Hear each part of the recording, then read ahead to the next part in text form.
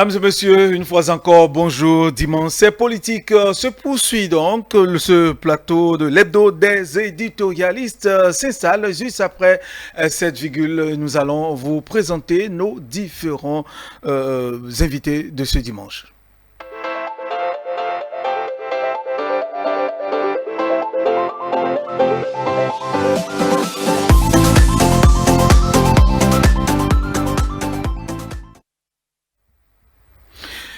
Voilà, pour ce dimanche, nous avons trois invités, comme je vous l'annonçais. Yves Patrick Loco de la Radio Nationale. Yves Patrick Loco, bonjour. Bonjour Théodule Ronsa, bonjour aux téléspectateurs de votre chaîne.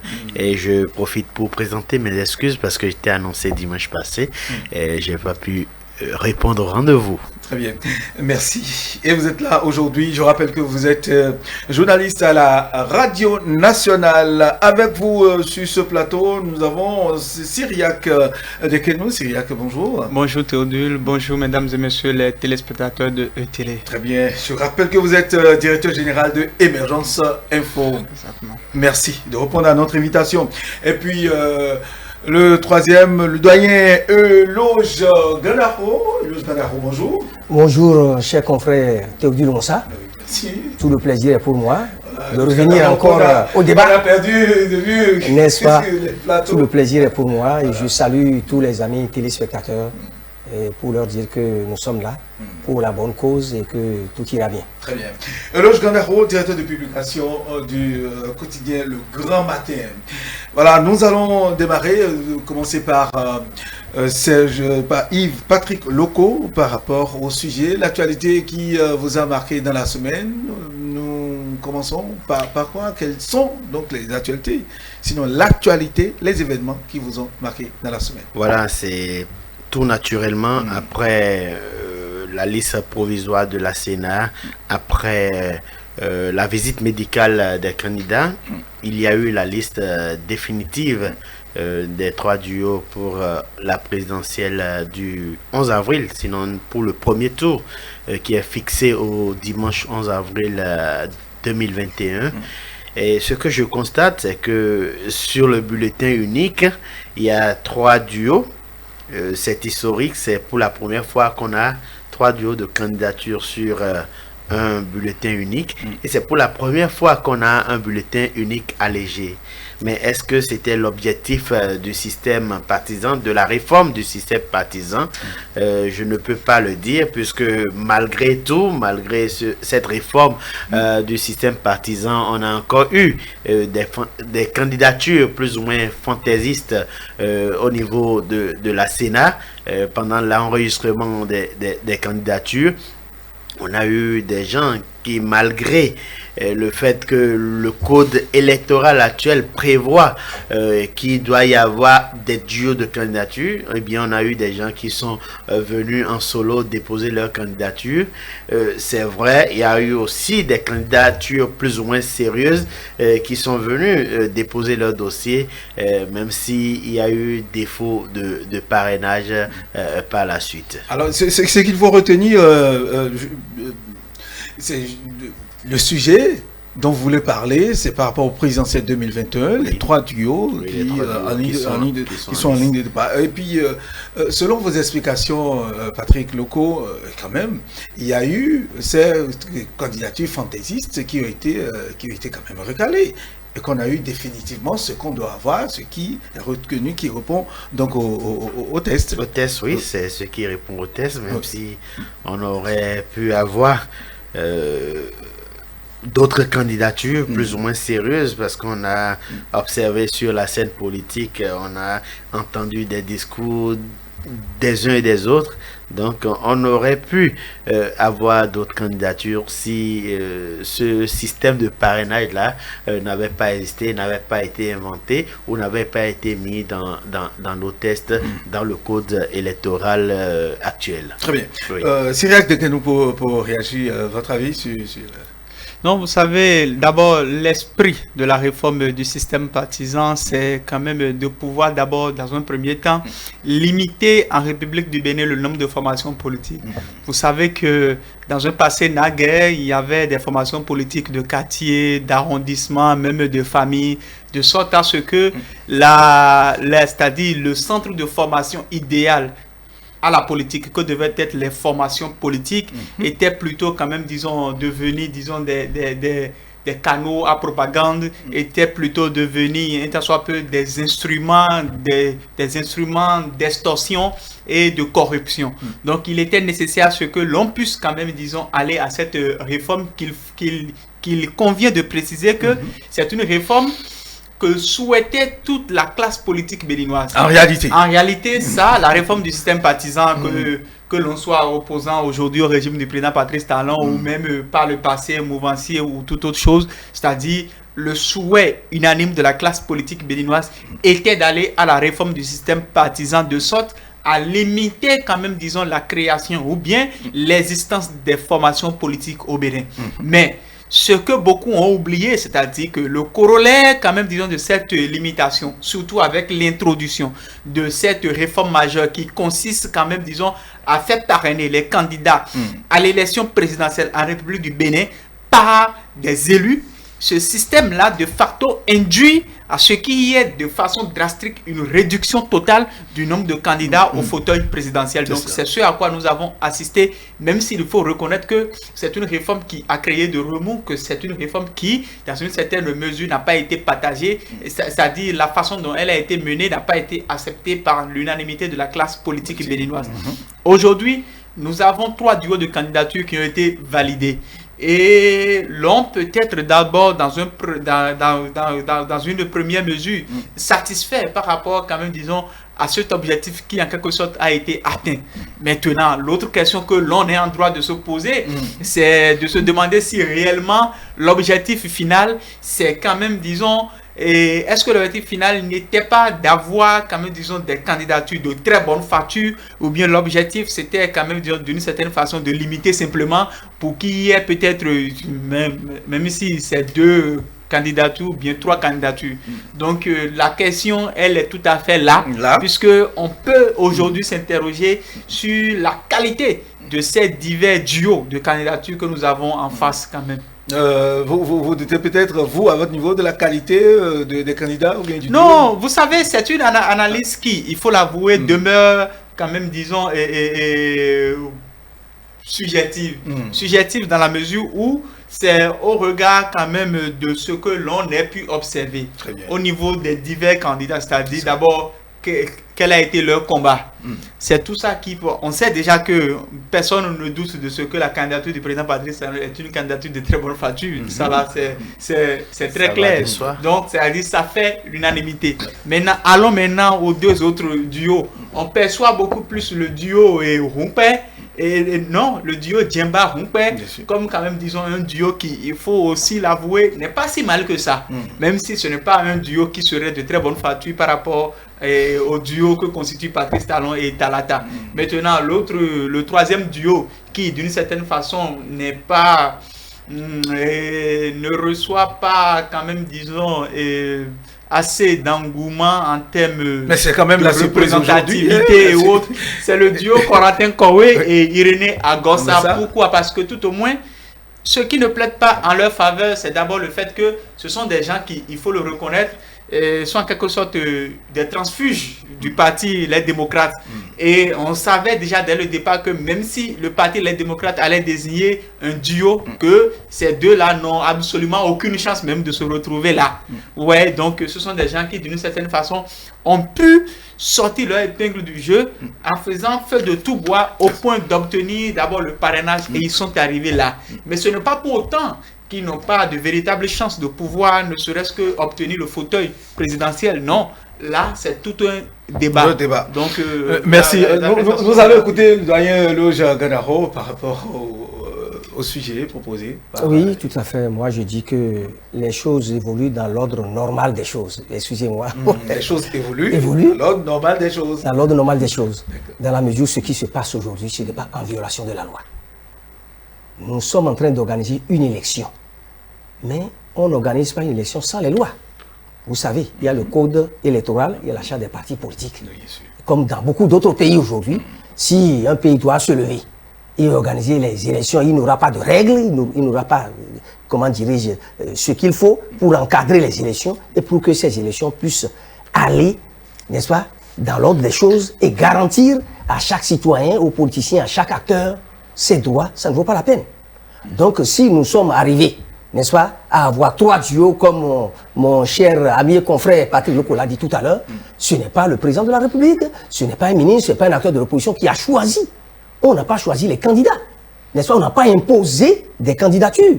Donc nous sommes dans un État démocratique et ceux qui étaient avant que la Sénat, n'est-ce pas, ne retienne les 3 duos que la Cour constitutionnelle valide, n'est-ce pas, ceux qui avaient les ambitions et qui avaient déposé des dossiers, ils sont allés le faire librement. Bon, maintenant, c'est les résultats.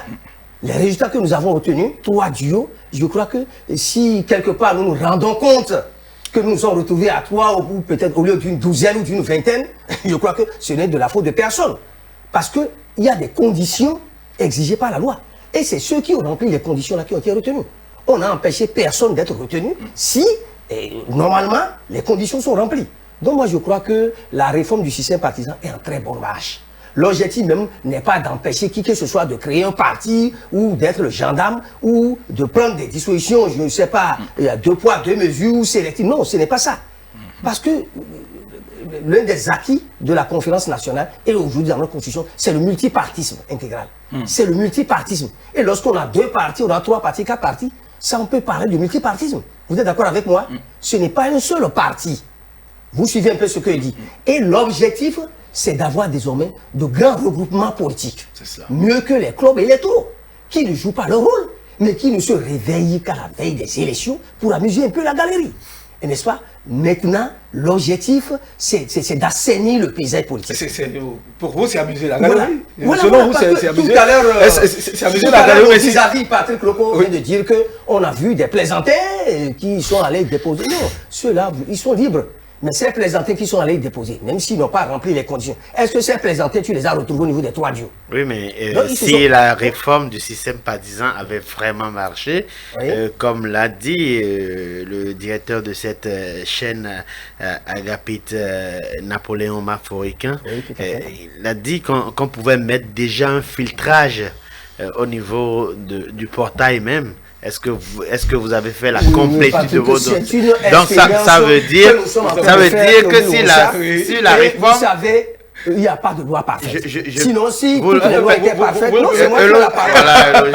Parce que je ne vais pas te laisser mettre le paquet. Il n'y a pas de loi parfaite. Sinon, nous serions encore aux lois de 90, la Constitution que réclame à quoi et à cri certains maintenant. Il ne peut pas me dire non, c'est pas mauvais. Il ne peut pas me dire maintenant que c'est vrai, nous avons fait l'expérience avec cette Constitution-là. Mais il ne peut pas dire qu'à 100%, cette expérience que nous avons faite là, il n'y a pas de limite, il n'y a pas d'insuffisance. Ça c'est clair. Même ceux qui réclament aujourd'hui le retour à la Constitution de 1940, ils ne peuvent pas nous dire que l'application que nous avons faite pendant 30 ans, qu'il n'y a pas eu d'insuffisance. Ça veut dire, si c'est ça, ça veut dire que nous gardons la Constitution éternellement en 50 ans, 60 ans, on ne changera jamais. Donc ça veut dire que ces lois-là, ce sont les hommes qui les élaborent, qui les votent. Mais ce qui est suivi avec le temps, il y aura des changements, des modifications. Même si ce n'est pas autant du président Patrice Talon, il arrivera qu'à un niveau donné, nous allons dire, pour nous parfaire, pour nous améliorer, il faut apporter quelques changements. Oui, c'est là. Non, vous savez, au fait, en réalité, ne faisons pas de procès aux gens qui, d'une certaine façon, c'est-à-dire, veulent voir la loi produire des résultats beaucoup plus parfaits. C'est tout à fait normal que lorsqu'une loi a été votée, quand même avec autant de remous, que l'on espère que les effets soient des effets plutôt positifs sans tâche. Ouais, mais aucune œuvre humaine n'est parfaite. Et aujourd'hui, nous sommes à la phase d'expérimentation de cette loi qui, il faut l'avouer, va prendre du temps avant d'être totalement sédimentée dans l'habitude du bien, c'est-à-dire au niveau du landerneau politique béninois. Ce qu'il convient de souligner aujourd'hui, c'est le fait que dès le départ, on a été beaucoup plus surpris par le fait qu'il y ait quand même, disons, 20 dossiers de candidature déposés. Et là-dedans, on a pu observer qu'il y avait des amuseurs de la galerie. Vous voyez, et tout ça, effectivement, c'est que nous a beaucoup plus amené à comprendre combien de fois le système mérite encore d'être parfait. Cependant, quel est le résultat final? Le résultat final, c'est qu'aujourd'hui, en République du Bénin, pour une première fois, nous avons quand même, disons, et un bulletin de vote beaucoup très plus allégé. Très allégé.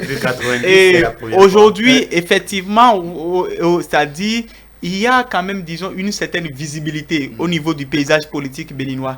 L'autre aspect de la chose qu'il convient de souligner et que peut-être beaucoup d'acteurs politiques ne saluent pas, c'est le fait qu'il y ait quand même, disons, l'unanimité au niveau de la mouvance présidentielle.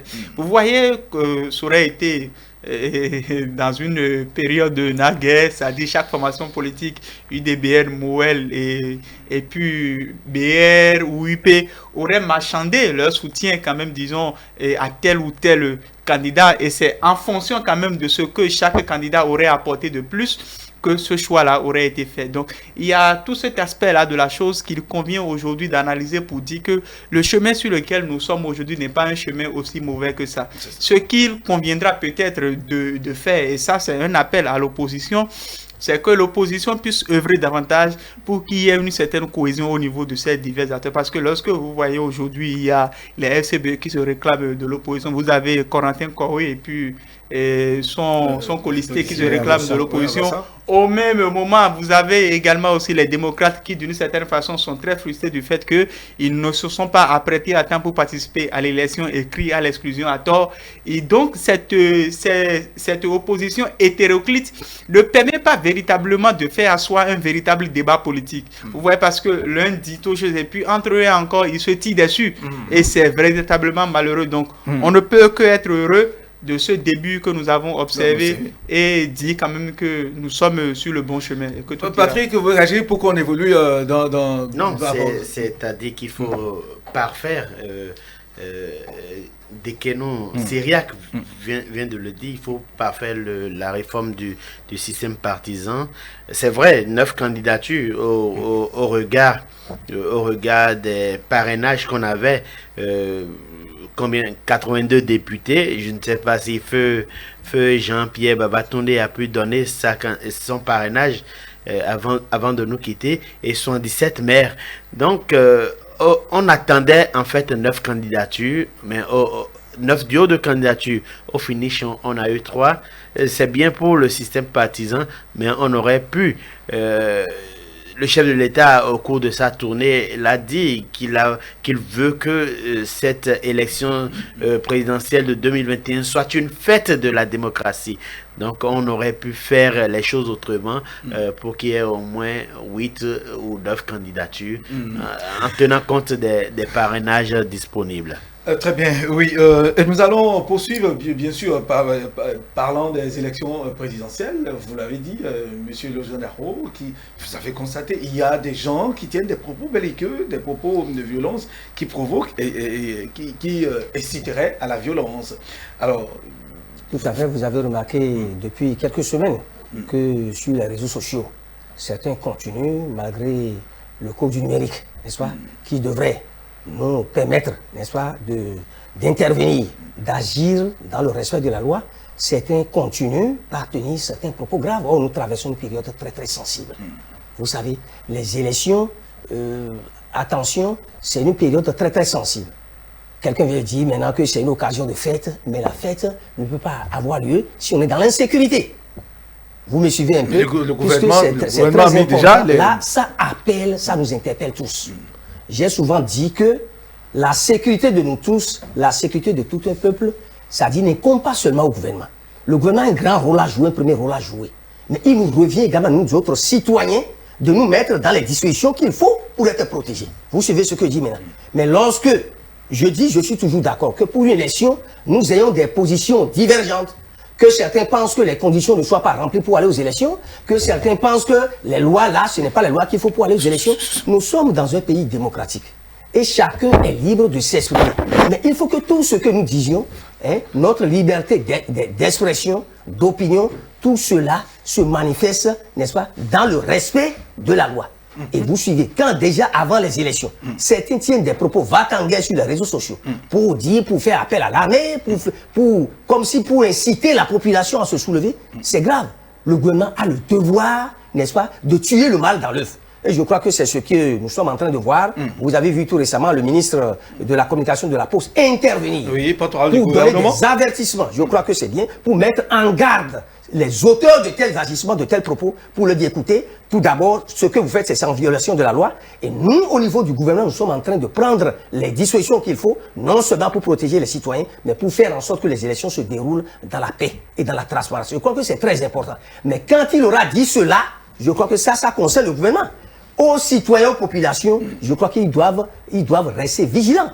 Et le ministre l'a dit, maintenant ça interpelle la conscience, la responsabilité de nous tous. À quelque niveau que nous soyons, nous devons être très très vigilants et très prudents face à ces propos belliqueux de certains acteurs va-t-en-guerre qui pensent que pour se donner la raison, il va falloir inciter le peuple et créer des insurrections. Je crois que non, c'est pas ça. Il y a plusieurs voies, les institutions de la République sont là. Je crois qu'il y a les institutions juridiques qui sont là. La voie juridique. Lorsqu'on n'est pas d'accord, lorsqu'on pense qu'on est brimé, lorsqu'on pense qu'on est lésé, lorsqu'on pense que ses droits sont bafoués, je crois qu'on peut saisir la justice pour se faire entendre et pour peut-être se donner raison. Mais il ne sert à rien de vouloir soulever les populations, de créer des troubles à l'ordre public. Et je crois que c'est bien fait, le responsable a bien fait de tuer le mal dans l'œuf. En prenant la discussion, ça va dans le sens de l'anticipation, de la prévention de la crise. Parce que lorsque ça commence et ça dégénère, c'est difficile à gérer. Et il vaut mieux toujours, n'est-ce pas, prévenir que de guérir, n'est-ce pas. Nous avons vu en Afrique ailleurs, n'est-ce pas, nous avons vu des situations post-électorales où on a laissé la situation s'aggraver, on a laissé les situations politiques se dégénérer avant de vouloir prendre les mesures qu'il faut. Il vaut mieux prévenir que de guérir. Très bien. Donc l'expérience, nous l'avons vu dans beaucoup de pays africains. Et aujourd'hui, le cas du Bénin, ce n'est pas une exception. Je crois que dans beaucoup d'autres pays, vous avez vu ce qui s'est passé. Heureusement, ici, nous ne sommes pas arrivés à l'extrême, en dehors du cas du 19 mai dernier. Mais l'État a su quand même gérer ça d'une certaine manière pour que ça ne dure pas, pour que ça ne nous amène. Et on ne souhaite pas que ça se répète dans tous les cas. Voilà pourquoi le gouvernement a pris déjà ses responsabilités et met dans tout le monde en garde. Yves-Patrick Lecomte. Oui, il faut mettre tout le monde en garde. Les tests existent. Il faut prévenir. Il vaut mieux prévenir que guérir. Loge Raphaël Gandaro l'a dit tout à l'heure. Mais si on prévient, il ne faut pas prévenir seulement d'un côté. Hein? C'est vrai, vous avez parlé de propos va-t-en-guerre. Moi, je m'amuse beaucoup sur les réseaux sociaux. Je suis un très grand utilisateur des réseaux sociaux. Mais moi, je n'ai pas souvenance d'avoir déjà rencontré ou d'avoir déjà lu des propos va-t-en-guerre et tout. Mais ce que j'ai pu remarquer, il y a eu quand même des propos. Voilà. Lorsqu'on dit que si tel chose n'est pas fait, il n'aura pas élection. Vous allez nous voir, là, nous allons agir. Agir de quelle manière? Voilà, moi Mais ceux qui précisent, Éloge, il y en a qui sont très. Éloge, vous m'arrachez la parole. Nous allons réagir, mais dans les conditions prévues par la loi, légalement. Éloge Gandaro, il semble que c'est moi qui ai la parole. Oui, c'est vrai. Bon, peut-être que je ne suis pas sur les mêmes canaux que vous, mais j'ai ouï dire quand même qu'il y aurait eu des propos va-t-en-guerre qui sont avancés et tout. Non, on va exhorter tout le monde à la patience. Nous sommes un pays de démocratie légendaire. Nous sommes un exemple de démocratie en Afrique. Donc, on va exhorter ceux-là qui tiennent de ces propos-là à remettre véritablement la balle à terre. Mais il ne faut pas seulement menacer contre un camp. J'ai vu, c'est vrai, je n'ai pas rencontré les propos va-t-en-guerre dont vous parlez, mais moi j'ai eu quand même la chance de voir une vidéo. Par exemple, une vidéo d'un fut-il un acteur majeur de la culture, il y a où on prend à partie vertement une personnalité, une personnalité qui aurait pu être candidate si elle avait réuni les parrainages nécessaires, où on la traite de tous les mots, où on la menace. Donc, ce n'est pas seulement dans un camp qu'il faut mettre en garde. Il faut mettre en garde tous les acteurs. Parce que... Mais c'est tout le monde qui est mis en garde. Tout le monde n'est pas mis en garde. Moi, j'ai l'impression que c'est des gens d'un camp qui sont mis en... bien vrai, moi, je ne suis pas d'un camp. Je ne le serai jamais. Enfin, je touche du bois, mais il faut également prévenir ceux qui font ces choses-là, parce que j'ai l'impression qu'on laisse certaines personnes, on les laisse faire ce qu'ils veulent, ou certaines personnes faire ce qu'elles veulent, mais dans le même temps, d'autres sont menacés. Ce n'est pas bien. Et si je dois revenir encore... Qui est menacé? Je suis surpris par ce qu'il dit. Non, vous n'avez pas... Vous n'avez pas... Vous n'avez pas... Eloge Gandaro, j'ai la... Eloge Gandaro... C'est vague, là? Non, ce n'est pas vague. Sois plus précis. Non, Eloge Gandaro... Cher ami... Sur le plateau, le modérateur ici s'appelle Théodule Roussa. Je le promets, je ne sais pas s'il garde toujours ce nom-là. Bien naturellement. Voilà. Donc, Eloge, il faut, si on veut prévenir, il faut prévenir tout le monde. Il faut c'est ce qui se fait. Mais c'est tout le monde. Et parce que la vidéo que j'ai vue là, elle était suffisamment grave. De quelle vidéo parlez-vous? Non, En tout cas, nous mettons l'accent sur les mises en garde du gouvernement. Oui, les mises en garde tout le monde, c'est qui ça? Non, le gouvernement a mis en garde les Béninois sans exception. Le gouvernement a mis en garde ceux qui disent qu'ils voudraient mettre en péril ce qui n'est d'ailleurs pas normal. Ce qui n'est pas normal. Oui. Donc il faut, c'est juste de le mettre en garde, mais dans le même temps, il faut aussi mettre en garde ou même punir, parce que c'est déjà fait. Des gens qui se permettent, parce qu'ils sont acteurs politiques et acteurs culturels. C'est vrai que la culture, c'est une forme d'expression totale de la démocratie, de la liberté, mais il ne faut pas que cette liberté-là se transforme en autre chose. Eloge Gandaro. Oui. Merci, Patrick Loko. Moi, jusqu'à présent, je veux être objectif et réaliste. Je n'ai pas eu dire de la part du gouvernement que c'est nommément telle personne de l'opposition. Non, le ministre en intervenant n'a pas cité de nom. J'ai entendu dire que les auteurs de tels agissements, lorsqu'on le dit comme ça, ça veut dire que ce n'est pas ciblé. Mais ceux qui ont déjà agi, est-ce qu'on a déjà entendu qu'ils ont été, par exemple, convoqués? Dans tous les cas, c'est un message qui s'adresse à tout le monde, de prévention, à toute la population. On dit les auteurs de tels agissements vont répondre devant la loi. Donc, on ne vise pas un camp, au détriment d'un autre. Je n'ai pas vu, parce que quand toi tu le dis aujourd'hui que c'est qu'un est ciblé, qu'on ne menace qu'un seul camp. Moi, je dis que c'est archi faux. C'est l'impression que vous avez. Merci, nous allons. J'ai le droit d'avoir mes impressions. Je crois que qui sont totalement subjectives. À toute la population béninoise. Puisque je vous ai dit tout à l'heure qu'il ne s'agit pas seulement de cibler un camp, mais c'est une manière de nous interpeller tous. Parce que ce n'est pas seulement la responsabilité du gouvernement. Nous allons, si vous le permettez, Patrick Loko, Eloge Gandaro, nous allons continuer. Je signale au passage que notre confrère Syriac Dekenou nous a quitté le plateau momentanément. Voilà pourquoi vous ne l'avez pas vu, vous ne l'avez pas entendu non plus. Il va nous rejoindre d'ici là, si tout va bien. Tenez-vous tranquille, il n'y a rien de grave de toutes les façons. L'autre sujet que vous avez choisi, Yves Patrick Loko, c'est bien sûr... c'est la commémoration du 31e anniversaire de la conférence nationale. Aujourd'hui, on est dimanche 28 février 2021. Il y a 31 ans, prenait fin cette conférence. Mais j'ai eu l'impression qu'on n'en a pas du tout parlé. C'est vrai, moi je suis sur la radio nationale qui chaque jour a diffusé à diffuser des séquences, à diffuser même en dehors du journal parlé. Télé aussi le fait depuis tous les jours, juste après je n'ai pas suivi tout. Mais au plan national, bon, les médias ont joué leur rôle, mais au plan national, on n'a pas constaté. C'est vrai que ceux qui nous dirigent actuellement ont leur postulat. J'ai ouï dire que pour eux, les actes fondateurs de notre République du Bénin, en fait, après la proclamation de l'indépendance le 1er août 1960, que l'autre acte fondateur de notre République actuelle serait ces assises du dialogue politique du stade de l'amitié, je crois. J'étais pas là à l'époque. De 2019.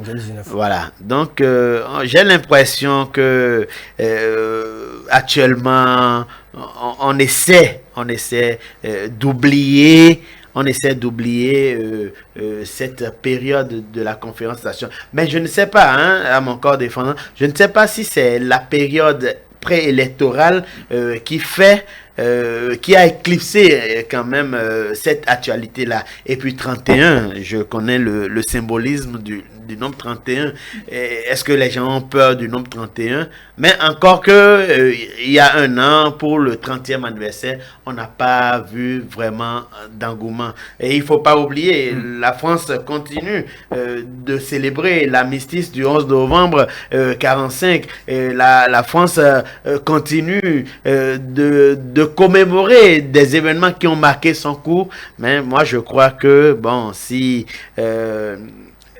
la fièvre électorale passe l'année prochaine, qu'on puisse encore penser à la conférence nationale. C'est vrai, on connaît déjà le sort que le gouvernement réserve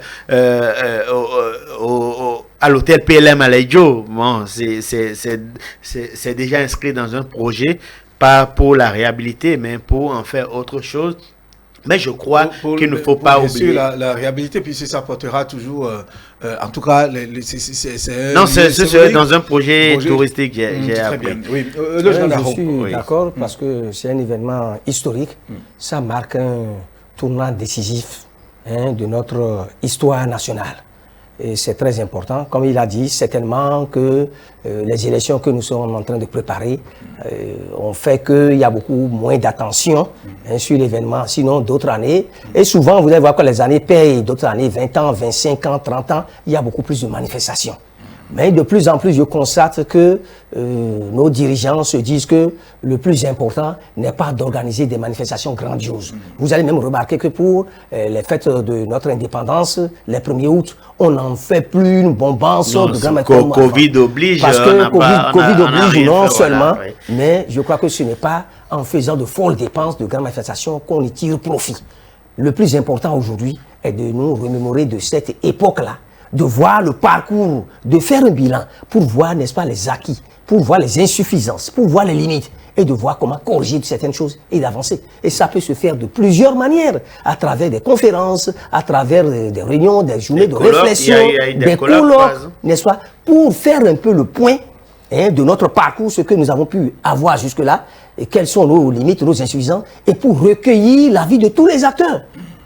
Parce que nul n'est intelligent seul pour recueillir l'avis de tous les acteurs et voir comment corriger certaines choses et avancer. C'est ce qui est important. Même si les élections sont en train de masquer ça ou de mettre une certaine limite, je crois que au niveau de certaines institutions, au niveau des médias, il y a quand même eu des débats, des émissions sur ça qui font que, je crois que nous nous rappelons de cette période historique-là, qui fait que c'est un exemple, nous devons continuer par marcher. C'est vrai que beaucoup de choses continuent d'être préservées, mais également, il y a des limites, il y a des insuffisances qui méritent d'être corrigées. Très bien. L'autre sujet, un autre sujet que vous avez voulu qu'on aborde aujourd'hui, Monsieur Ganaro, il s'agit de la nouvelle disposition de sécurité mise en place à l'Assemblée nationale. Voilà, c'est pratiquement une innovation. Je crois qu'elle est opportune dans la mesure qu'il s'agit d'un plan de défense et de sécurité. Ça va dans le sens de la prévention. Et comme je le disais tantôt, il vaut mieux toujours prévenir que guérir.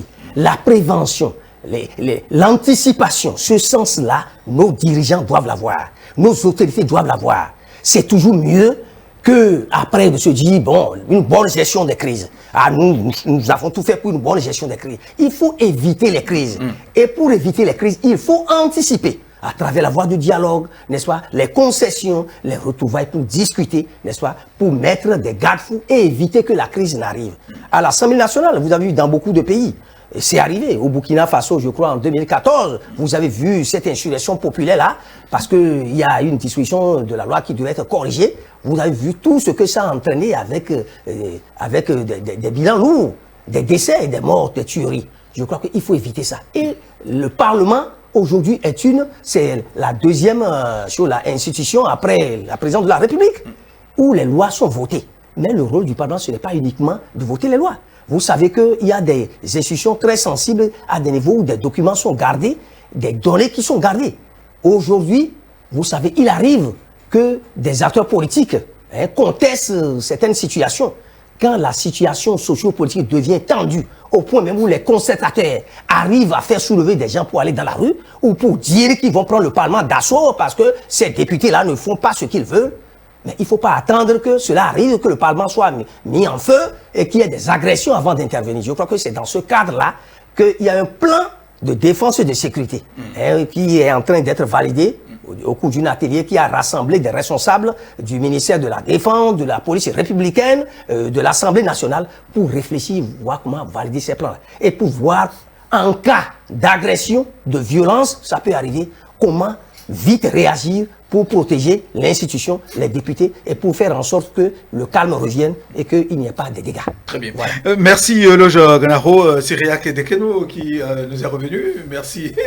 Cyriaque, vous avez la parole. Vous savez, c'est-à-dire, bien avant d'aborder cette question liée au plan de défense et de sécurité de l'Assemblée nationale, j'aimerais rebondir sur ce sujet-là, c'est-à-dire la question relative à l'appel à la violence que l'on avait observé sur les réseaux sociaux. Et disait, vous savez, j'ai parfois le sourire aux lèvres et c'est vraiment malheureux lorsque vous entendez des gens parfois même être dans une position de pyromane, souhaiter même à ce qu'il y ait même affrontement, qu'il faut en découdre avec le pouvoir, lorsque l'on sent quand même qu'il y a peut-être une mainmise sur, ou bien lorsqu'on sent peut-être que le pouvoir ne va pas dans le sens que l'on épouse.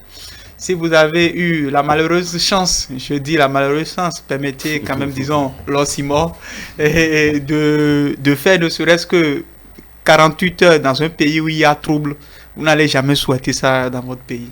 Vous savez, quand vous avez cette malheureuse chance de rester dans un pays où, même au coin de la rue, on peut vous agresser. On débarque chez vous, peut-être nos secrets, on vous fait du mal, on viole femmes et enfants devant vous, sous vos yeux. Le policier peut passer par là et ne dire absolument rien.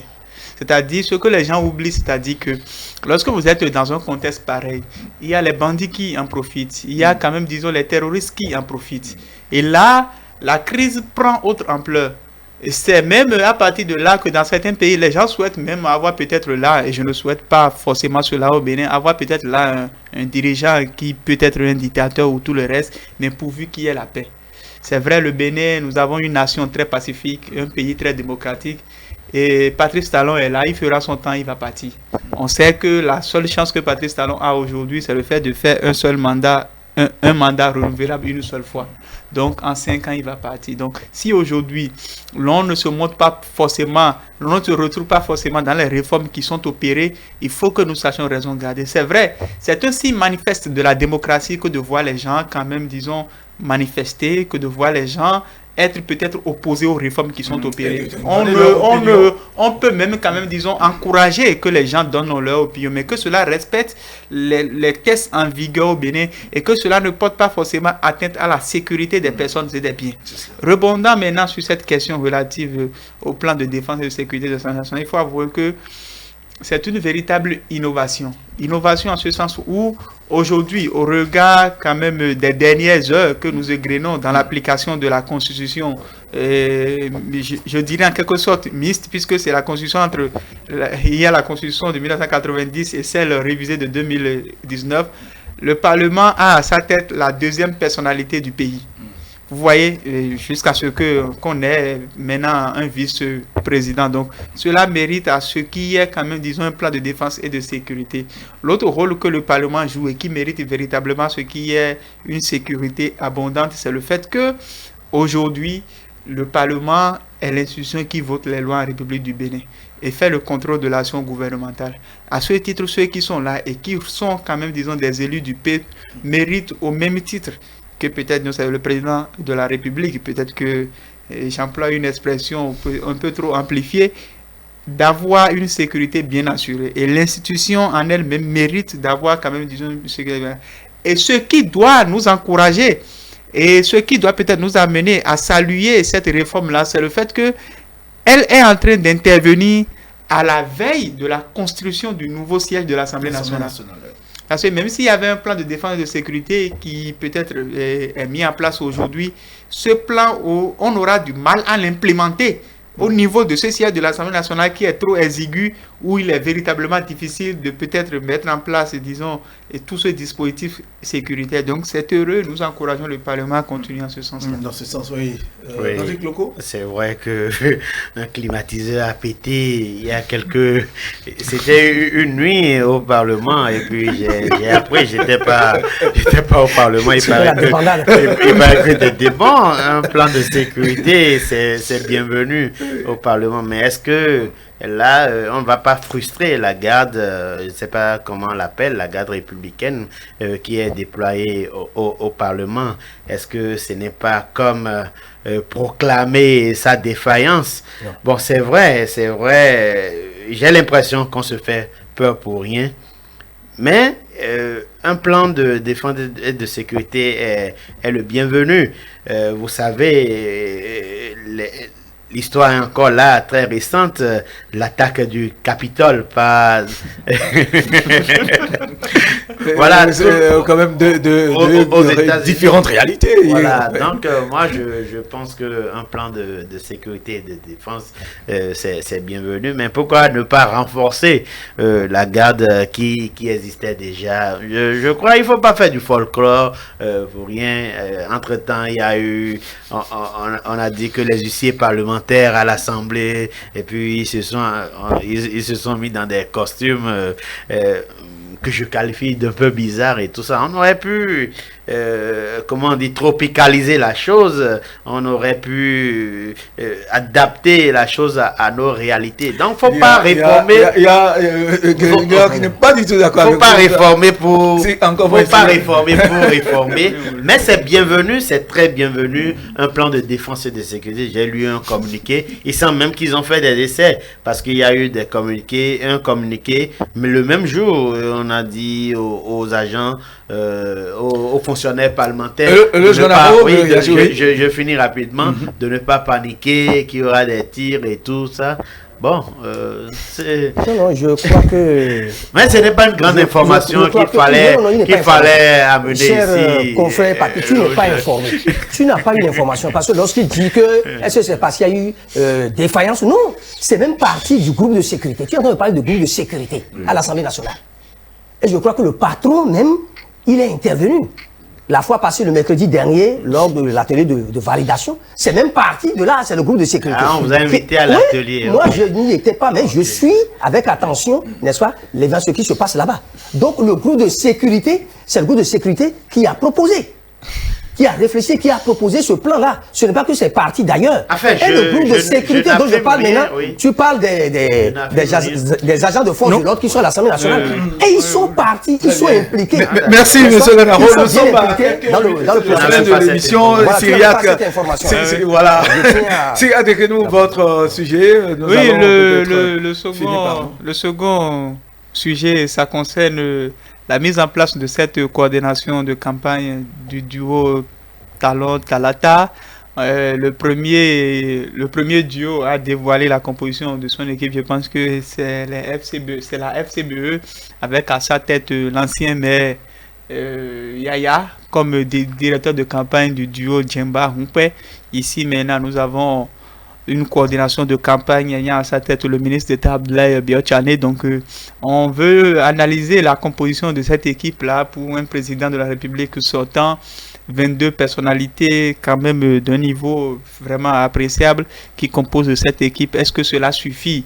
Est-ce que également aussi la concorde au niveau des diverses formations politiques de la mouvance, la symbiose au niveau, la synergie d'action, est-ce que cela pourra marcher sur le terrain? Donc, ce sont des points d'interrogation sur lesquels j'ai voulu à ce que l'on puisse quand même, disons, revenir pour peut-être apprécier la mise en place de cette équipe. Nous avons 3 minutes pour réagir par rapport à ça.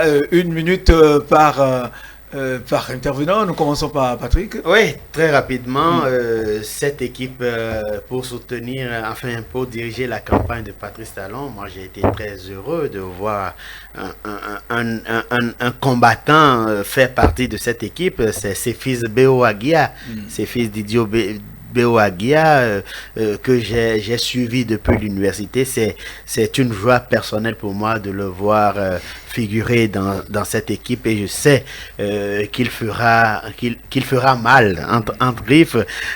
Maintenant, j'ai lu un peu la presse cette semaine où on dit Abdoulaye Biotchane, directeur de campagne, Olivier Bokor, le véritable patron. Il n'y a pas lieu d'opposer les gens pour obtenir un résultat.